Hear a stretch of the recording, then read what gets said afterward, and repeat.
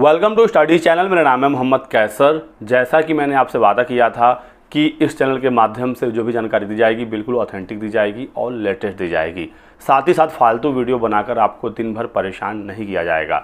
जब कोई जानकारी आएगी आपको बताने लायक तो ही मैं वीडियो बनाऊंगा। अप्रैल माह का आज 20 तारीख है और इस महीने का मेरा आज ये पहला वीडियो है, मे भी यही लास्ट भी हो। तो जो भी जानकारी होगी कम वीडियोज़ के माध्यम से कम समय लेकर आपको सूचना देने की कोशिश हमारी रहती है। दिन भर वीडियो बनाकर आपको परेशान मैं नहीं करना चाहता हूं। तो जानकारी क्या है, सबसे पहले ये आप समझिएगा। मैंने आपसे कहा था कि लंबित परीक्षाओं को सबसे पहले कराएगा नया शिक्षा सेवा चयन आयोग, और वो बात बिल्कुल सही निकल कर आई है। शासन की तरफ से निर्देश आ गया है शिक्षा सेवा चयन आयोग को कि आप सबसे पहले लंबित परीक्षाओं को कराइए, यानी कि 2022 की टीजीटी, पीजीटी और असिस्टेंट प्रोफेसर का एग्ज़ाम सबसे पहले कराया जाएगा। और इसमें भी पहले टीजीटी, पीजीटी परीक्षा कराए जाने की ही तैयारी चल रही है। बिल्कुल ये ऑथेंटिक सोर्स से जानकारी निकल कर आई है कि सबसे पहले शिक्षा सेवा चयन आयोग की तरफ से जो पहला एग्ज़ाम होगा वो 2022 की टीजीटी, पीजीटी परीक्षा होगी। 4163 पदों पर यह विज्ञापन 2022 में माध्यमिक शिक्षा सेवा चयन बोर्ड ने जारी किया था, जिसमें 13 लाख से अधिक अभ्यर्थियों ने आवेदन किया है। यहाँ पर सीटों की संख्या नहीं बढ़ रही है। बहुत सारे आंदोलन हुए, अभ्यर्थियों ने मांग किया कि 2022 वाले में सीटों की संख्या को बढ़ा दिया जाए, लेकिन ऐसा नहीं हो पा रहा है। जो भी नए पद हैं उस पर नया विज्ञापन आएगा अगले साल तक। तो ये भी आप समझते रहिएगा, नए अभ्यर्थियों को भी कोई मौका नहीं मिलेगा 2022 में नया आवेदन करने के लिए। जिन्होंने पहले आवेदन किया था वो लोग ही परीक्षा दे पाएंगे। आप एक न्यूज़ आर्टिकल ये देख सकते हैं जिसमें बताया गया है कि नए आयोग के लिए एक बहुत बड़ा चुनौती होगा प्रश्न पत्रों की सुरक्षा करना और परीक्षा केंद्रों का निर्धारण करना। अभी हाल ही में आरओ 2023 का प्री एग्ज़ाम लीक हो गया यूपीपीएससी का, और उसके बाद से ये बड़ा सवाल बना हुआ है कि बड़ी परीक्षाओं को कैसे कराया जाए। आरओ में भी तो लगभग 10 लाख अभ्यर्थी थे जिन्होंने आवेदन किया था। टीजीटी, पीजीटी में तो 13 लाख से अधिक आवेदन है।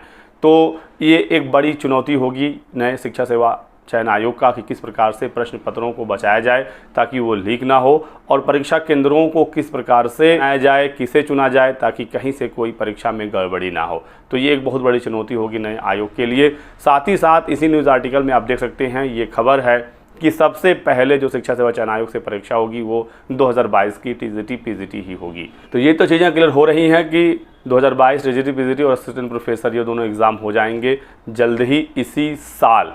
लेकिन कब तक होगा ये बहुत बड़ा सवाल है। फिलहाल आचार संहिता चल रहा है। 1 जून को अंतिम चरण का मतदान होगा, 4 जून को नतीजे आ जाएंगे। नतीजे के घोषणा के साथ ही आचार संहिता समाप्त हो जाएगा।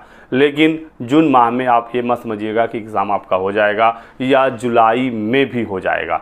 जून जुलाई तक अभी कुछ भी नहीं होना है नए आयोग से, क्योंकि दोस्तों अभी बहुत सारी चीज़ें नए आयोग में फंसी हुई हैं और आचार संहिता की वजह से ये चीज़ें हो भी नहीं पा रही हैं। सबसे बड़ा यहाँ पर एक प्रॉब्लम आ रहा है कि बहुत सारे अधिकारियों की अभी नियुक्ति होनी है नए आयोग में, जैसे सचिव का, वित्त नियंत्रक का, लिपिक वगैरह का, कंप्यूटर सहायक, प्रधान सहायक, ये सारे पद का सृजन हुआ है, लेकिन नियुक्ति आचार संहिता की वजह से नहीं हो पाई। तो ये सारे काम अब जून जुलाई में ही हो पाएंगे। साथ ही साथ एक नोटिफिकेशन जारी होने वाला था शासन की तरफ से, जिसमें उत्तर प्रदेश माध्यमिक शिक्षा सेवा चयन बोर्ड और उच्चतर शिक्षा सेवा चयन आयोग का समायोजन होना था। दोनों आयोग का विलय होना था और दोनों के जो अधिकारी कर्मचारी थे वो एक साथ नए आयोग में बैठते, लेकिन अभी तक जो विलय का नोटिफिकेशन है वो जारी नहीं हो पाया। जो संबंधित कर्मचारी हैं उनका जो वेतन होगा उन्हीं के ही आयोग से अभी भी मिलेगा और मिल रहा है। तो ऐसे में कुछ चीज़ें हैं जो अभी भी फंसी हुई हैं। हालांकि आचार संहिता में जो चीज़ें हो सकती थी वो ज़रूर हो रही हैं, स्लो ही हो रही हैं लेकिन हो रही हैं। जैसे शिक्षा सेवा चयन आयोग, माध्यमिक शिक्षा सेवा चयन बोर्ड और पीएनपी से जो जरूरी फाइल्स वगैरह हैं, कोर्ट केस जो पुराने हैं, जो कुछ ऐसे सामान हैं जिसकी आवश्यकता है उसको नए आयोग में मंगाया जा रहा है। नए आयोग का बोर्ड वगैरह लग तो गया है, लेकिन अधिकारी कर्मचारियों की कमी, नियुक्ति आचार संहिता की वजह से ना हो पाना, उच्चतर का विलय ना हो पाना, ये सारी ऐसी चीज़ें हैं जिसकी वजह से डिले हो रहा है। तो अब जुलाई के बाद ही परीक्षा आपकी पॉसिबल है। अगस्त सितंबर तक आप मानकर चल सकते हैं कि आपका एग्ज़ाम हो जाएगा, लेकिन पहले लंबित परीक्षाएं ही होंगी, वो अब जब भी हो।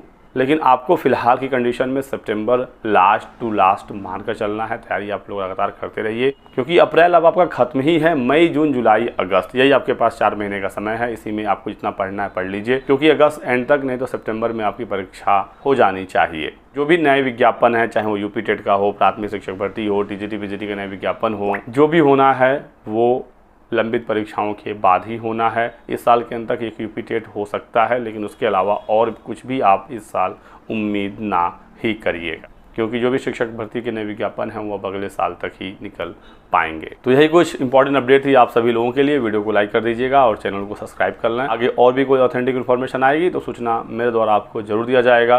तब तक take care and good bye.